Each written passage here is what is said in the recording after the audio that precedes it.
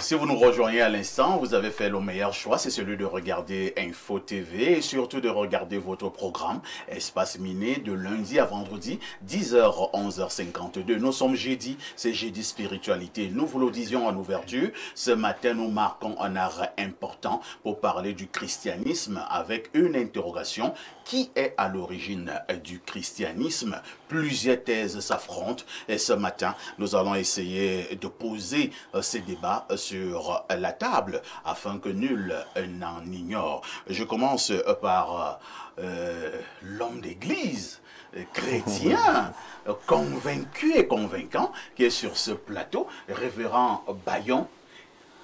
Ça va paraître bizarre, hein, mais je vais le faire. Définissons encore le christianisme. Lorsqu'on aura défini le christianisme, tu vas nous faire comprendre si effectivement il y a une guerre sur la paternité du christianisme. Bien, définissant le christianisme, c'est sur deux volets. Je vais d'abord parler du message. C'est une foi, c'est une croyance autour d'un personnage, Jésus-Christ, qui a vécu au 1er siècle et qui a formé des disciples. Avec la venue du Saint-Esprit à la Pentecôte, n'est-ce pas, la Bible dit qu'il s'est formé, n'est-ce pas, une communauté qu'on a appelée des chrétiens. Et tout au cours de l'histoire, dès le 1er siècle, le mouvement chrétien s'est répandu un peu partout, en Asie, en Afrique, en Europe, et puis on a formé de grandes communautés, mais qui étaient ici dans l'informel, parce que le message du Christ, ce n'était pas pour établir une religion, mais c'était pour transformer le cœur de l'homme. Jésus a prêché le royaume de Dieu, il n'essayait pas de venir poser sur la terre une forme de religion. Il n'essayait pas à tarder, pas du tout. Il adressait un message de Dieu à tous les hommes. Et les premiers disciples ont exactement fait la même chose. Ils n'ont pas essayé d'établir une forme de religion, d'institution religieuse. Mais nous voyons un peu plus tard, vers le 3e siècle, le christianisme s'institutionnaliser. Et avec, n'est-ce pas, des empereurs romains, parce qu'ils avaient vu dans le message chrétien. Vous savez, les hommes politiques sont des hommes de la récupération. Chaque fois qu'ils sentent qu'il y a quelque chose qui peut les intéresser, ils peuvent rapidement récupérer. Et ces politiciens ont récupéré et ont déclaré l'empire chrétien. C'est alors qu'on voit des grandes communautés chrétiennes parce que les gens se baptisaient par masse. On baptisait des gens par milliers et puis on les déclarait chrétiens. Pourtant, l'essence même du christianisme est avant tout spirituelle. C'est un message de Dieu au travers de son Fils Jésus-Christ. Et c'est ainsi que, avec le temps, n'est-ce pas, on a vu des grandes communautés, d'un côté les Coptes en Égypte, ouais. Nous voyons, parce qu'il y a des discussions sur une forme de paternité du christianisme du côté égyptien. Non, tout simplement parce que le disciple qu'on a appelé Marc a formé une communauté du côté de l'Égypte et qui s'est fortement développée. Et nous voyons qu'Alexandrie devient un grand centre intellectuel dès le 2e siècle où le christianisme se développe énormément. Nous avons également la percée du christianisme du côté de l'Éthiopie par celui qu'on a appelé le l'eunuque éthiopien qui fut évangélisé par Philippe, qui porte le christianisme de l'autre côté en Éthiopie. Pourquoi? Parce que l'Éthiopie avait déjà reçu des enseignements judaïques. Nous connaissons l'histoire de Salomon avec l'Éthiopienne et nous connaissons même l'histoire de l'Afrique avec l'Évangile, avec le judaïsme, nous connaissons, n'est-ce pas, l'épouse de Moïse qui était une Égyptienne. Donc, il y avait déjà des fragments de croyances judaïques, dont ils avaient la notion de ce qu'on appelait le Messia. Donc, ils savaient qu'en Israël viendrait un homme qu'on appelle le Messie, et du grec, n'est-ce pas, Christ. Et le Christ était donc attendu par ces communautés jusqu'en Afrique. On voit l'eunuque éthiopien quitter, n'est-ce pas, l'Éthiopie pour venir en Palestine parce qu'il cherche à adorer, il attend lui aussi le Messie. Vous allez jeter. Donc c'est pour dire que, n'est-ce pas, le christianisme s'est répandu. Mais certains qui, je veux dire, pour moi, c'est des allégations gratuites qui sont sans fondement, sont parfois allés chercher dans le christianisme des origines beaucoup plus antérieures à Christ, qui est son, on peut dire, son fondateur ou bien son inspirateur. Et ce que je dis ici, c'est vraiment faux. Parce que je ne peux pas dire... Le christianisme naît donc avec Jésus, c'est ça? Oui, tout à fait. Le christianisme, c'est une doctrine où nous croyons en Jésus-Christ. Tout à fait. Faire simple, c'est ça? Pour faire simple, c'est cela. Donc, selon vous, la paternité du christianisme, c'est un faux débat? Tout simplement parce que la discussion la discussion théologique autour de l'origine du christianisme naît du fait que le Christ n'a pas essayé d'institutionnaliser une religion. Lui, c'était une affaire, les gens devaient s'aimer entre eux. Oui, je peux dire, les gens devaient naître de nouveau, ils devaient retourner à Dieu. Il était un message de Dieu, un message d'amour de Dieu à toute l'humanité. Il n'a pas normalisé la chose. Il n'a pas normalisé la chose. Et de l'autre côté, après lui, se forme, n'est-ce pas, une institutionnalisation qui parfois viole les véritables recommandations de celui sur qui ils disent s'inspirer. C'est ça la discussion théologique qu'il y a derrière. Merci révérend Bayon. On passe la parole à Toth, je rappelle, qui est égyptologue. Alors, Toth, y a-t-il un véritable débat sur l'origine du christianisme? Qui en est le fondateur? Déjà, l'expression Christ ne devrait pas être employée ici, parce que quand on parle de christianisme, ça ne doit pas concerner Jésus. D'autant plus qu'en hébreu ou en araméen, il n'y a aucune expression hébreu ou araméenne qui explique l'expression Christ. D'abord, c'est une expression qui ne s'y trouve pas. Ce que les hébreux et les araméens connaissent, c'est Messiah, c'est-à-dire loin, le Messie. Donc on devrait plutôt parler du messianisme ou du jésuisme. Parce que l'expression Christ, non seulement est étrangère au hébreu et à l'araméen, mais en même temps en grec. Parce que le grec, si on demande à un grec que signifie Christ, il va vous remonter les affaires à l'Égypte antique. Parce que l'expression Christ vient de Keri Secheta. Vous avez ici la stèle du prêtre d'Osiris Iker-Nofret, qui peut, je ne sais pas si on peut zoomer sur cette stèle. Cette stèle, ce prêtre d'Osiris a existé autour de... Apparemment, ce n'est pas très clair. Donnez-moi donnez-moi le document. Il existait autour de 1800 avant l'ère actuelle. Oui.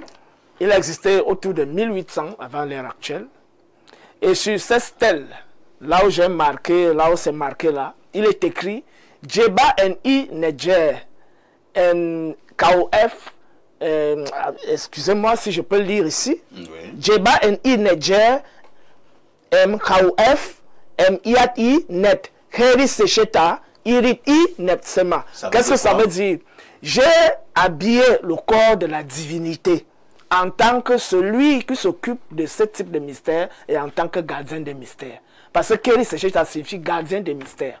Celui qui veille sur les secrets de l'initiation. Ça veut dire qu'un Bombok est un gardien des mystères. Un Zomlo est un gardien des mystères. Un Ashuzok est un gardien des mystères. Un Nomgi est un gardien des mystères. Donc un initié, mais ce sont des titres, des grades dans l'initiation. Parce que le grade le plus élevé dans les écoles initiatiques de l'Égypte pharaonique, c'était le Hemnedjer Tepi Imen, c'est-à-dire celui qui voue le culte à la divinité suprême, qui est Amon-Ra.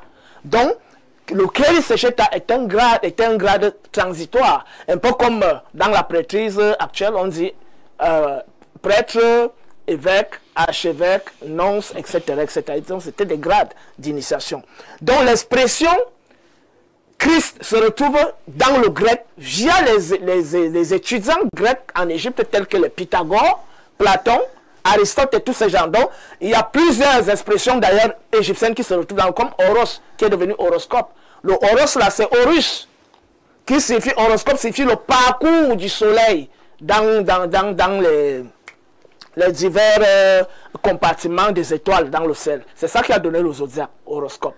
Donc il y a plein d'expressions égyptiennes comme Ouzia, qui signifie Hu et Sia, qui sont donc la parole créatrice et Sia, c'est-à-dire l'intuition primitive, l'intuition divine, à base desquels deux principes la divinité a créé le monde. Donc, l'expression Christos n'est pas d'origine grecque, de même que l'expression horoscope n'est pas d'origine grecque, de même que l'expression Ouzia n'est pas d'origine grecque. Il y a plusieurs mots comme ça qu'on peut retrouver. Pour démontrer quoi, finalement? Pour démontrer déjà... que l'expression Christ n'est ni de l'hébreu, ni des araméens. Voilà. Vous pour démontrer pour quoi? Démontrer simplement que l'expression qu'on utilise ici, christianisme, pour désigner quelque chose qui serait né via Jésus, est inapproprié.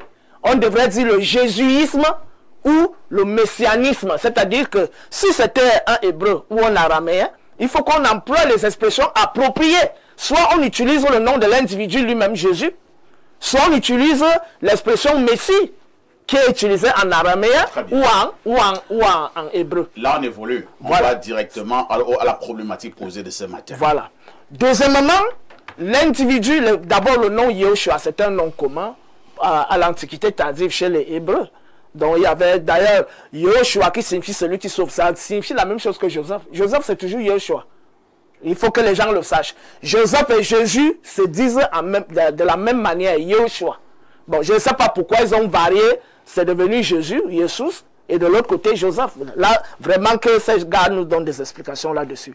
Donc, déjà, l'individu qu'on dépeint dans la Bible, comme ayant été prophétisé en amont, né de la Vierge par le biais du Saint-Esprit, et puis crucifié, mort, ressuscité et crucifié, né Jésus de Nazareth, la ville même de Nazareth et tout ça, nous constatons d'abord que l'individu est un personnage fictif. Si on s'en tient à la... Oui, bien évidemment. Le Jésus n'a jamais existé. Il y a eu des Yehoshua. Il y a des... Comme il y a les Abéna. Voilà. Comme il y a les Abéna, les Onana, les Kamdem partout, il y a eu les Yehoshua chez les Hébreux, les gens qui s'appelaient Yehoshua. Mais le personnage qui est dépeint dans les évangiles n'est pas un personnage historique. Je donne Il n'a jamais existé. Il n'a jamais existé, ce personnage. C'est une fabrication. Bien évidemment. Premièrement, le premier argument, c'est la généalogie. Et dernièrement, je l'ai énoncé. J'ai dit, Jésus n'est pas de la généalogie de David. Et même Marie n'est pas de la généalogie de David. Parce qu'il n'y a aucun évangile qui le dit. Nous avons deux évangiles. Nous avons l'évangile de Matthieu et l'évangile de Luc qui nous donnent les généalogies. Et dans aucune des généalogies, on établit la filiation entre Jésus et David. Attends d'abord, attends d'abord. Aucune. Révérend, vous êtes d'accord avec ce que tu as dit? Je pense que Tot est... Et il y a la Bible ici, hein. Il y a la Bible là, qu'on peut lire. On lit là. On peut lire ces deux généalogies devant tout le monde. 50 fois, 100 voilà. fois, 1000 fois. Oui. Donc, c'est juste pour dire que le docteur Tot, je respecte beaucoup, hein, est peut-être très brillant en égyptologie, mais pas en Bible. Vous n'êtes pas bibliste. Et vous dites des propos contradictoires. Première chose, c'est que quand vous venons sur ce quoi vous avez chuté tout à l'heure, je veux attirer votre attention que la Bible donne clairement la généalogie de Jésus-Christ. Quand on donne généalogie, parce qu'on veut rattacher un personnage à un certain nombre de personnages. C'est pour ça, la raison fondamentale pour laquelle on donne la généalogie dans la Bible, c'est pour montrer que Jésus est justement rattaché à... Vous venez contester quelque chose que vous ne comprenez pas. Et j'aimerais vous dire, je veux vous dire, vous pouvez passer mon instrument de travail. Voilà. Ma Bible, je la lis chaque jour que Dieu crée. Donc, c'est pour dire que, n'est-ce pas, Marie et Jésus, Marie et Joseph sont tous les deux. Il dit qu'ils ne sont pas des David. Descendants de David. J'ai dit Marie. Vous pouvez avoir une épouse qui est à 3 ou 4 générations, n'est-ce pas? Vous avez un même ancêtre, Mais à un moment, il y a une séparation. Et c'était ça le cas de Joseph et de Marie. Non, mais ça, c'est votre raisonnement. C'est pas Non, ce ce que dit n'est la pas Bible. un raisonnement, c'est Voici biblique. la généalogie, c'est clair ici. Non. Elle est devant les yeux de tout le monde. Nous ne sommes pas venus pour des raisons... a déjà ouvert sa Bible. Voilà, nous sommes à Matthieu. Oui. On peut quitter Matthieu, on va à Luc. On va constater que de David à Jésus, celui qui est rattaché à David, c'est Joseph. Et Joseph n'est pas le père de Jésus. Et nulle part, nulle part, on nous montre la généalogie de Marie. C'est-à-dire que si la Bible, si nous entrons dans les constructions mentales, puisque les gens qui parlaient de Jésus se réfèrent à la Bible essentiellement. Et donc, s'ils veulent sortir de la Bible pour établir des raisonnements personnels, ça n'a plus aucune valeur. Votre argument... C'est compris, hein? On vous a compris que ce soit votre argument, ma question simplement, je lui poser une petite question. Aux autres panélistes. Non, juste une petite question. Si il est d'accord qu'il a rattaché la généalogie de Joseph à David, avez-vous cherché la généalogie de Marie? Bien sûr, je l'ai cherché. Elle n'est nulle part ici. Non, non, non. On a parlé du père de Marie. Existé, ça veut dire qu'il y a une généalogie. S'il vous plaît, on a parlé du père de Marie. Puisque les généalogies sont claires dans la Bible. Les deux évangiles qui parlent de généalogie, il y a Matthieu et Luc. Et tout le monde parle dans sa Bible, elle va vérifier ma question est de savoir, que Jésus n'est pas de la lignée de David. Écoutez, voilà. Ma question est de savoir si vous avez en main la généalogie de Jésus. C'est compris. Marie existant, avez-vous sa généalogie? On vous a compris. Pour comparer. On vous a compris. On a compris la thèse de Todd. On a compris également que le révérend n'est pas d'accord. Maintenant, comme le débat n'est pas entre Todd et le révérend, il y a également Alain Doc et Blériot qui sont là, qui vous ont écouté avec grande attention, qui vont également argumenter. Alain Doc, la problématique principale, hein, c'est qui est à l'origine du christianisme. Mais maintenant, à côté de ce christianisme, on voit qu'on peut développer d'autres thèses. Y a-t-il un problème sur le christianisme? Ça dépend de l'angle sous lequel on se trouve. Je sais qu'à peine je vais prendre la parole, on ne va pas me dire que je chute. On a déjà passé un quart d'heure, je sais que c'est... Vous me faites des procès d'intention. Je ne sais pas, allons-y. Vous voulez dire que je suis partial? Non, je dis que ça peut arriver. C'est-à-dire que tu te laisses entraîner au début et puis tu veux rattraper par la suite. Et même si j'étais à ta place, je viens de te défendre, voilà. Il faut qu'on te laisse parler. Voilà. Maintenant, tu me lapides. Vous savez, il est communément admis dans l'histoire qu'il y a eu un certain nombre d'empires hégémons. On a eu quelque chose comme 2000 ans avant le Christ. Ce qui est intéressant, c'est qu'il date toujours à partir d'un personnage qu'ils disent n'avoir pas existé. J'aime trop ça. C'est-à-dire qu'il n'a pas existé, mais là maintenant dans le calendrier, eux-mêmes ils datent, et parfois ils en réfèrent aux personnages fictifs. J'aime trop ça. Bien, il y a eu l'Égypte. Après, nous avons eu quelque part une certaine Babylone. Puis, on a eu les Mèdes et les Perses. Puis, on a eu les Grecs. Puis, on a eu les Romains. Et chaque époque hégémonique était marquée par une tentative d'influence sur le plan culturel et cultuel. Alors, lorsque nous sommes déjà à quelque chose comme 168 avant le Christ, c'est la période où débute l'hégémonie romaine sur le plan politique et militaire. Et cela va s'étendre comme ça jusqu'à 475 de l'ère courante. C'est une période où la bande de terre, où est né le personnage dont nous discutons ce matin, est sous influence romaine. Donc, et vous savez, il y a un fort héritage et un lien intrinsèque entre les cultures grecques et romaines. Parce que les Romains ont fait beaucoup d'emprunts sur le plan culturel et culturel aux Romains. Ça ne se discute pas entre intellectuels qui se respectent. On ne discute pas des évidences. Alors, le Nouveau Testament, donc, ce témoignage apporté au sujet de cette personne, de ce personnage, par ceux qui ont eu un contact physique avec lui, ou alors ceux qui, sur le plan de la spiritualité et de la prédication, sont les fils ou les petits-fils de ceux qui ont eu ce contact avec lui, ils ont donc documenté un certain nombre de choses, de témoignages sur le personnage en question, et ça a été fait à l'époque en une langue, le grec koiné, le grec commun. Alors, je suis surpris sur ce plateau que quelqu'un ne maîtrise pas les rouages d'une langue, mais il veut se prononcer mordicus là-dessus. Dans toutes les langues, on sait que vous pouvez utiliser un mot, et on trouve son équivalent dans une autre langue. On n'y peut rien, c'est comme ça, c'est les faits. Personne ne va venir discuter là-dessus, c'est un truisme. Alors, le mot qui a permis en grec koiné d'obtenir Christ en français, vous savez que le plus clair des mots en français, bref, dans les langues qu'on dit, la langue latine, dont toutes les langues, même les langues anglo-saxonnes, vous le savez, trouvent leur racine où le français, l'anglais, toutes les langues latines, dans le grec et le latin. Oui. Donc, c'est en fait aussi, les érudits ne discutent pas de ça. Il y a des trucs qu'on ne discute pas entre savants. On ne discute pas de ça. Alors, Christ vient de Christos, du grec Christos. Christos. Alors, c'est un titre. C'est pas le nom de quelqu'un. Pas le nom, c'est le titre. Alors, est-ce que le grec koiné, c'est l'araméen? Que non. C'est un synonyme pour la langue en question. Parce que dans la langue, évidemment, l'équivalent de Christos, qui veut dire quoi, c'est Mashiach ou Meshach. Prononcé comme vous. Je ne voulais pas entrer dans le ton des paroles des gens tout à l'heure. Je sais que chacun est son temps, non? Oui, mais il évolue, mais oui, voilà. secouer la tête. Jésus, on revient encore au grec.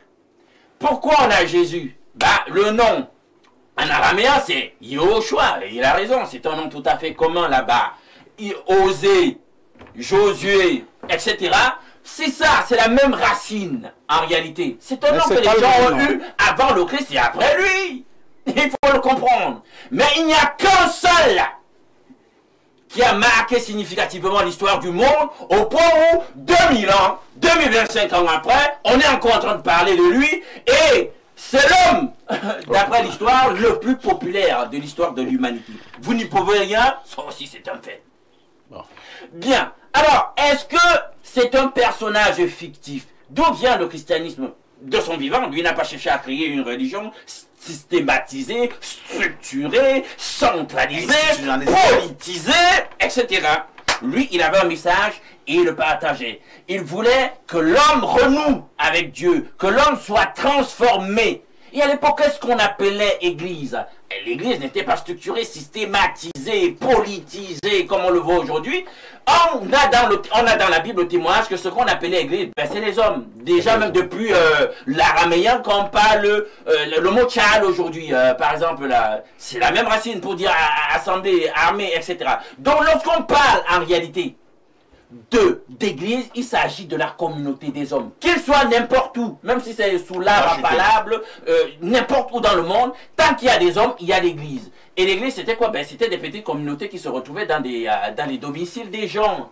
Alors, on en arrive à un point où, à Antioche, dans Acte 15, les gens, par rapport au message, et ceux qui étaient les porteurs du message portant sur l'homme historique, j'insiste, en question, ils vont commencer à identifier ses suiveurs comme étant des petits lui-même. Donc voilà des petits Jésus. Ils agissent comme le Christ, comme le Yoshua, le loin que nous avons eu ici, le prophète pour certains. Et on les appelle donc Christanos. Christanos. Pour se moquer d'eux. Non, pas forcément, pour dire que ils essaient d'être à l'image de leur maître. Des petits Jésus. Des petits. Merci, parfait. Voilà des petits Jésus. Christanos. Donc, c'est de là donc que vient je veux dire quoi, christianisme. Parce que tu sais que je me suis démarqué la dernière fois, j'ai dit, moi, je suis de la chrétienté. Le T là, à la fin de ce substantif, je le comprends comme étant un état mental, des dispositions qui font qu'on se comporte d'une certaine façon, comme le maître lui-même s'est comporté. Les ismes, j'ai un problème avec les ismes, c'est des idéologies. Et le isme là qu'il y a dans le christianisme, ça vient d'une idéologie impériale. On n'a pas le temps, j'allais maintenant expliquer comment ça s'est passé à Rome. Toi, tu n'as pas toujours le temps. Pour qu'on ait le christianisme. Toi, tu n'as pas toujours le temps. On va pas te donner toutes les On ne va pas te donner toute une journée quand même, Alain Dou. Apprends à synthétiser. Voilà.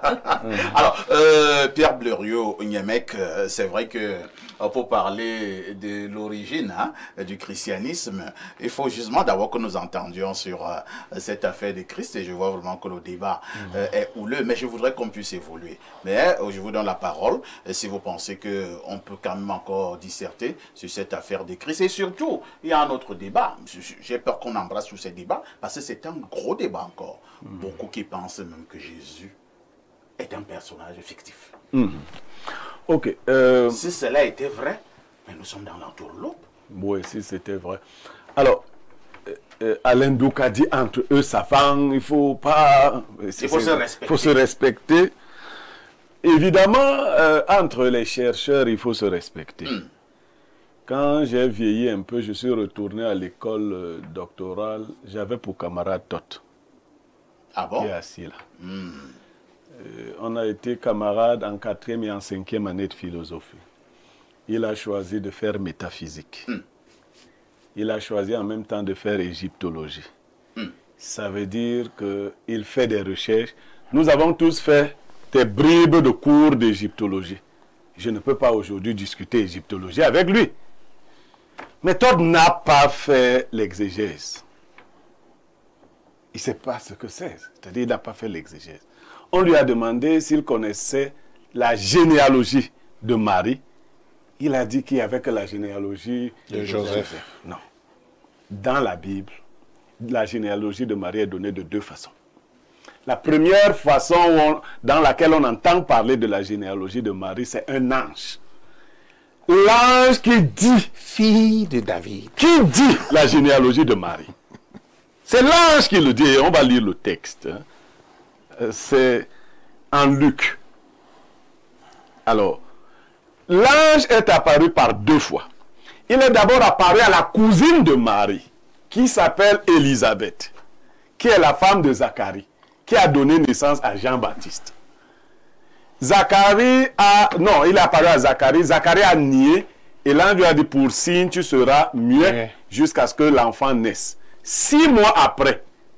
Parce qu'il faut savoir que Jésus et Jean-Baptiste ont un écart de conception de 6 mois. 6 mois après, le même ange est venu apparaître à la cousine d'Élisabeth. Et il lui parle. Et il dit à Marie qu'un enfant va naître de toi. Et il va prendre le trône de David, son père. Il naîtra de toi et il prendra le trône de David, son père. Parce que Marie est fille de David. Ça, il faut... Luc chapitre 1, il faut lire. L'exégèse. Maintenant, la deuxième façon. Parce qu'il faut savoir que dans l'exégèse biblique, Marie est la deuxième épouse de Joseph. C'est-à-dire, il faut le savoir. Que Joseph a été marié, il a eu des enfants, il a vieilli, il est de loin plus âgé que Marie. Tout à fait. On dit qu'il était veuf. Il est veuf. Et c'est dans sa famille. Parce que en Israël, là c'est de l'exégèse. On n'allait pas chercher la femme de ailleurs. Le mariage était endogamique. Mais on faisait, la seule différence, c'était que vous ne deviez pas être parents directs. Donc il faut d'abord qu'il évacue cela. Marie, en dehors de Joseph, est descendante de David dans la Bible. Non, le principe du débat, c'est que si tu parles de la Bible, tu ne peux pas prendre une partie. Est-ce que ce que je dis est écrit dans la Bible? On lit. Donc, ce que je refuse, c'est la mauvaise foi. Je prends un verset qui me plaît. Tu as retrouvé la généalogie de Joseph dans la Bible. Elle t'a convaincu. Dès que tu retrouves celle de Marie, elle ne te convainc plus. Donc, on ne peut pas être là sur cette forme de débat. Si on est d'accord, c'est écrit. On évolue. Deuxième, ça c'est la première chose. Jésus est donc fils de David à travers Marie. Deuxième élément. Jésus serait un personnage fictif. Parce que le mot Christ n'existerait pas en araméen. Encore moins en hébreu. Comment vous dites Christ chez vous, les petits? On va dire ouin. Vous dites comment? Vous dites Christos. Christus. Voilà. Yes, le mot philosophie, parce qu'il ne faut pas que les égyptologues fassent ce que nous reprochons aux Grecs. Quand on enseigne la philosophie aux enfants, on leur dit qu'elle vient du grec Sophia, n'est-ce pas? Mais le mot Sophia vient lui-même de l'égyptien, Seba. Vous voyez? Et les Grecs ont forcé, à partir de Seba, chez les Égyptiens, ils se sont donné Sophia. On ne va plus dire que le mot Sophia n'existe pas en grec. De toutes les façons, je sais qu'il a fait aussi linguistique, parce que moi j'ai fait linguistique des langues africaines. Lorsque deux langues se côtoient, les mots vont traverser une langue pour entrer dans l'autre. Et déjà qu'il y a toute une étude qui démontre les langues va chuter. Donc je suis en train de montrer que les Grecs ont adopté le mot Christ, qui n'était pas à l'origine un mot grec, et ils l'ont appliqué aux personnes. C'est un mot d'emprunt. C'est un mot d'emprunt. Ils l'ont appliqué au Christ Jésus, qui a donc effectivement existé, et autour duquel une idéologie est née. Le christianisme. Une idéologie est née, voilà. Merci Blériot. Lisons déjà les nombreuses contributions des téléspectateurs. Je suis bousculé. Hein. Ils pensent que je ne veux pas leur donner la parole. On lit quelques-uns.